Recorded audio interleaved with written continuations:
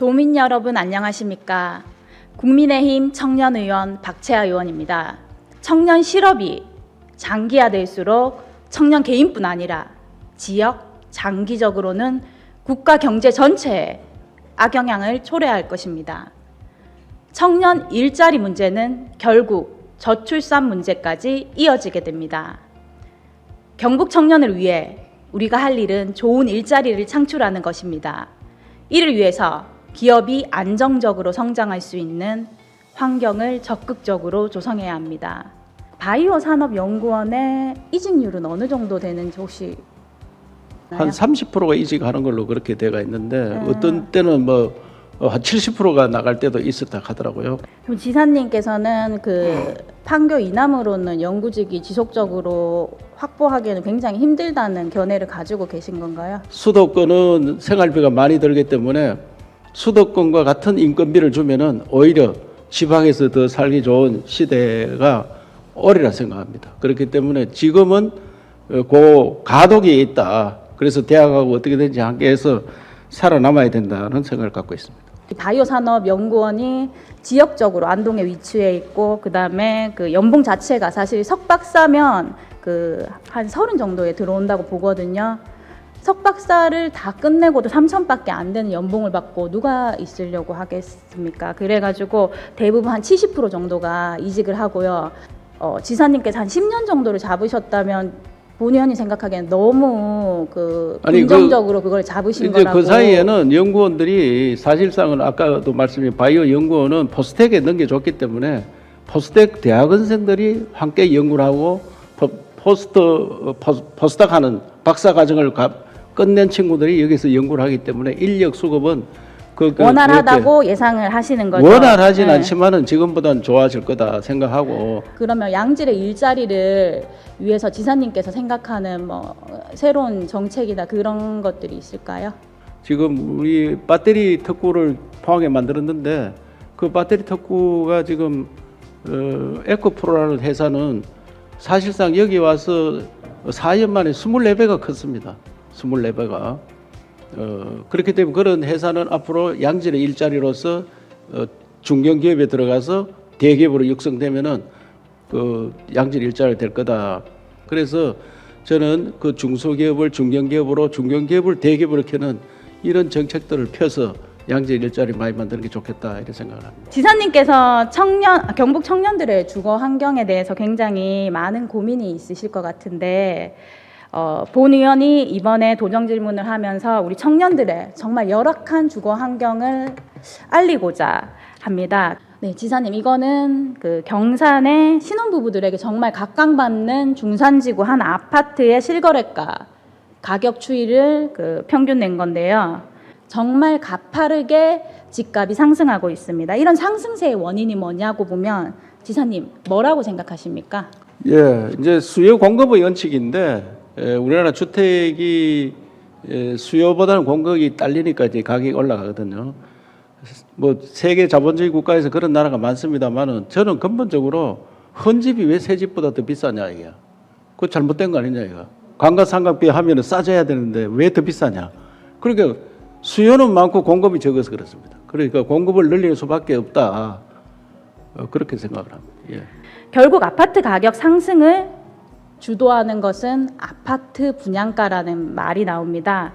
본 의원이 도정 질문을 하기에 앞서서 관련 부처에 이런 건설사들이 분양가를 무한대로 견인해서 시장가를 올리는 것을 방지할 수 있냐고 하니까 그러한 그 제재 장치가 없다는 답변을 받았고요. 지사님, 광역 지자체의 장은 폭등하는 부동산 가격을 제재할 어떠한 권리도 의무도 의지도 없어야 하는 건가요? 예, 이게 이제 우리나라가 이제 세금으로 조정을 하는 경우가 많은데요. 세금은 법치주의 때문에 조세 법률주의거든요. 법으로 다 정해져가 있기 때문에 법은 국회에서 만듭니다. 그래서 세금 외에 그러면 투기 단속이라든지 이런 방법을 할 수밖에 없는데 국민 합의가 이루어져야 됩니다. 국민 합의가 이루어져서 이게 자본주의를 완전히 거래 제한을 한다든지 막 자기 주택을 가 있는 세금을 엄청 매긴다든지 이런 방법으로 다스릴 수 있는지 국민들과 합의를 해서 해야 된다 생각하는데 경산에서 저기 다른 아파트가 똑같은 아파트가 비싸게 공급이 되니까 저렇게 되었다는 의원님이 말씀에 저도 안타깝게 생각합니다. 예. 국장님, 경북의 난임 여성은 얼마나 되는지 혹시 파악하고 계신가요? 2019년 기준으로 남자가 2,800명, 여성이 5,500명, 그래서 합계해서 8,400명이 난임 진단을 받았습니다. 2018년 599건에서 2020년 3,845건이고 성공률은 거의 평균적으로 한 30%에 이르고 있습니다. 이 표대로라면 사실 우리가 난임 지원 정책만 충분하다면 10명당 3명의 아이가 태어날 수 있다는 겁니다. 10건 시술에서. 국장님, 난임에 대한 경북의 지원 충분하다고 보시나요? 금년도에는 저희들이 난임, 그다음 우울증 지원 센터를 갖다가 안동의료원에 개소를 해서 경북 운영을 하고 있고요. 내년 3월 달에는 저희들이 안동의료원에다가 그 경북 북부권 난임 센터를 개소해서 여기서 나왔던 지금 이렇게 전체적으로 증가한 것 중에 하나가 기존에서는 인공 수정이었는데 이제는 냉동을 한 그 체외 수정까지 가능한 해서 우리 경북 북부권의 그 난임에 의해서 고통을 받는 분들이 훨씬 더 높게 성공률이 나올 수 있도록 준비하고 있습니다. 신선배아 1회를 기준으로 해서 150만 원에서 320만 원 정도 든다고 하고 그 시술 횟수를 거듭할수록 비용이 증가하는 추세입니다. 저 비용이 그 국가 지원을 제외하고 그다음에 또 건강보험료를 제외하고 순수 자부담 비용입니다. 국장님이 생각하시는 경북 출산 지원, 그러니까 난임 지원뿐만 아니라 출산 지원 정책들은 충분하다고 보시나요?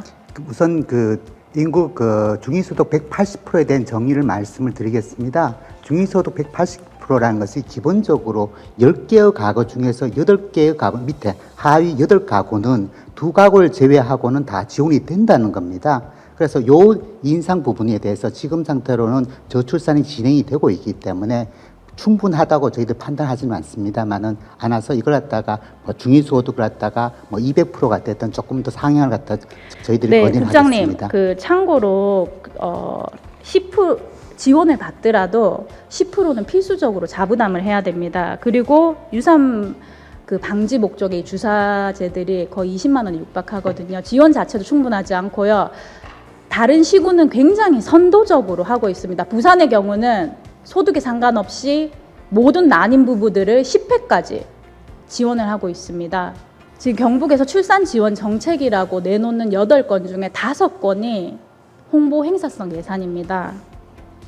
출산 장려표 공모전이 과연 출산 장려 정책과 어떤 상관이 있을까요? 전체적으로 우리 도에서 지원하는 게 아까 말씀드린 150만 원 정도 비용이 든다라고 했을 때 도에서 지원해 준 게 총 한도가 110만 원 정도고 그러면 10% 정도를 갖다 배인이 부담을 갖다 해야 되는 것이 도덕적 해이를 방지하게 하는 것입니다. 부산이라든가 다른 데서의 난임 시설 관련해서 전체적으로 그 동향이라든가 우리가 할 수 있는 범위에 대해서 확대 방향을 갖다가 검토를 하겠습니다. 그 막대한 비용을 하고도 그 힘드신 난임 부부들한테 도덕적 해이라고 말씀하시는 거는 본 의원은 그 굉장히 부적절. 저희가 전체적으로 그 말씀하신 대로 거기에 대해서 지금 그 우리 경북의사협회하고 그 관련해서 전체적으로 이게 비급여 항목 중에서 의료 급여 항목으로 들어올 수 있는 부분이 무엇인지에 대해서 저희들이 협의를 해서 공감대를 형성하고 그것을 갖다가 복지부에 건의토록 하겠습니다. 사실 이 복부 주사나 그 유산을 방지하는 프로게스테론 주사들이 4주에서 8주 동안 매일 일정한 시간에 맞아야 됩니다. 자기 손으로 이 주사를 1회당 4개에서 6개를 맞아야 되는데 이게 정말 고통스러운 거거든요. 근데 대부분 어디에서 주사하는지 혹시 국장님은 알고 계시나요?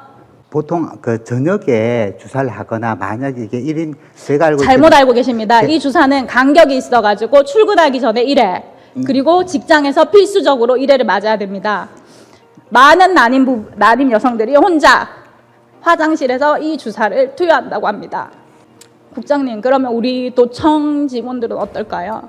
저희 도통에서는 지금 그 할 수가 있는 곳이요. 지금 하나는 그 여성 휴게실에서 가면은 방이 4개가 있습니다. 4개 베드가 있고 필요하다 그러면 저희들이 그 의무실이 있습니다. 의료 의무실에 하면 그 3개의 베드가 있습니다. 네, 그 도청 직원과 안동 시청 직원들이 말하기를 그 여성 후계실이 있기는 하지만 오픈된 공간이어서 본인 혼자 배나 아니면 유산 방지를 위해서 엉덩이에 맞아야 되는 주사들을 놓기에는 굉장히 힘들다고 그러고 그러면 그 1층의 의무실에서 혹시 그 주사들을 투여해 주나요? 지금 우리가 1층 의료소에 있는 것이 지금 안동 의료원에서 간호사가 나와 있습니다만은 기본적으로는 우리 의무실에 있는 경우에는 여기가 의료기관이 아니기 때문에 그 사람들이 하는 본인이 놓는 것을 옆에서 도와줄 수는 있지만은 간호사분이 투여해 줄 수는 없습니다. 부산과 같이 전면적으로 이 난임 부부들의 그 어려움을 해결할 수 있는 그 예산 지원과 무엇보다 주사 난민으로 불리는 우리 난임 여성들이 가까운 보건소를 이용해서 주사를 맞을 수 있게 도와주실 수 있는 방안은 혹시 없을까요?